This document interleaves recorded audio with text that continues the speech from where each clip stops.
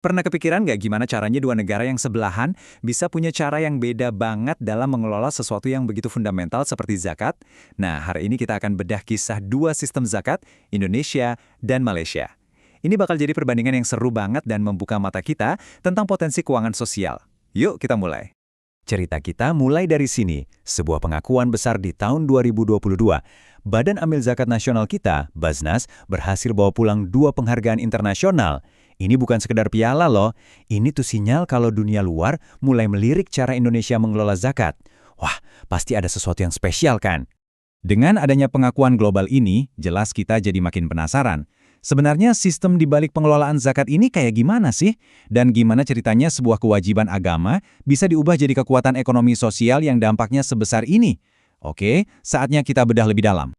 Oke, bagian pertama penting banget nih, kita luruskan dulu persepsinya. Zakat itu bukan sekedar amal atau donasi biasa. Ini adalah sebuah sistem yang punya struktur dan tujuan yang jauh lebih besar dari itu. Kalau kita lihat definisinya, zakat itu kan pilar ketiga Islam.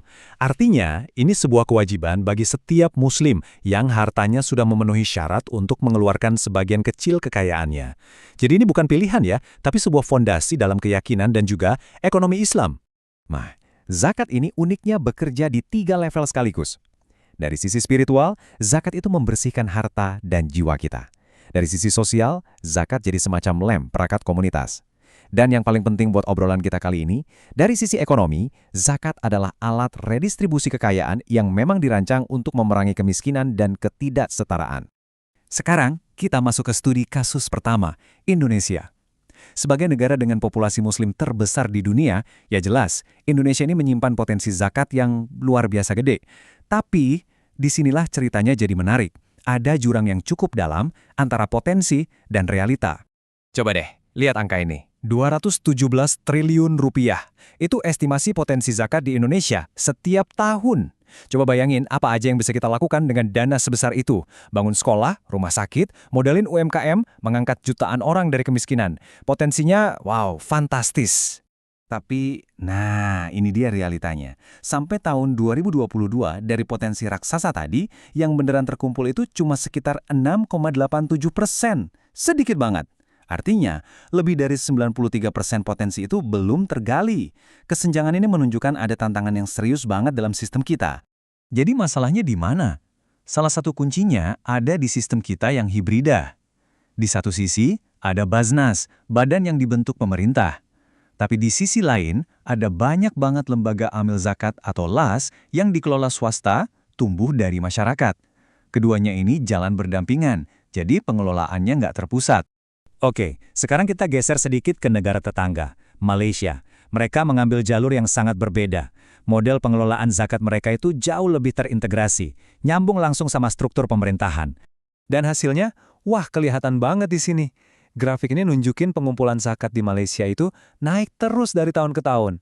Yang bikin lebih salut lagi, tren ini stabil banget, bahkan saat dihantam pandemi. Ini bukti kalau sistem mereka itu tangguh dan efektif. Apa sih rahasianya? Nah, ini dia salah satu faktor kuncinya, kebijakan fiskal.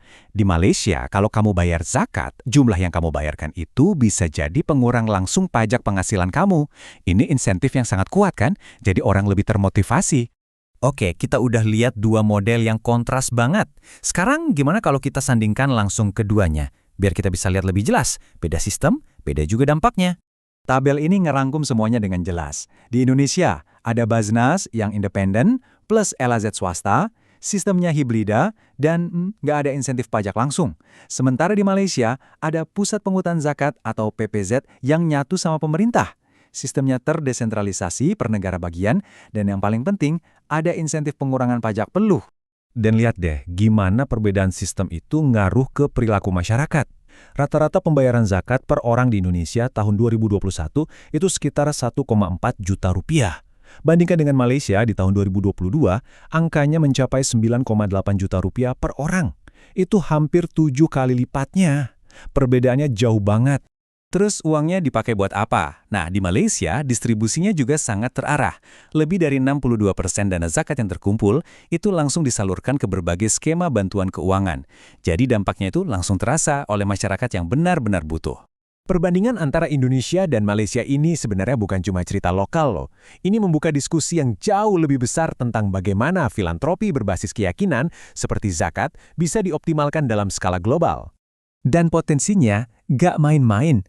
Bank Pembangunan Islam memperkirakan potensi zakat di seluruh dunia itu bisa sampai 600 miliar dolar Amerika. Angka yang luar biasa besar. Dan saat ini, baru sebagian kecil banget dari jumlah itu yang terkumpul. Coba bayangkan kalau sistem yang lebih efektif bisa diterapkan di seluruh dunia. Ini semua akhirnya membawa kita ke sebuah pertanyaan besar. Mungkinkah model keuangan sosial seperti zakat ini, kalau dikelola secara modern, terstruktur, dan didukung insentif yang tepat, bisa jadi salah satu kunci buat memecahkan masalah ketidaksetaraan global? Pelajaran dari Indonesia dan Malaysia tadi seolah ngasih petunjuk bahwa jawabannya mungkin lebih dekat dari yang kita bayangkan.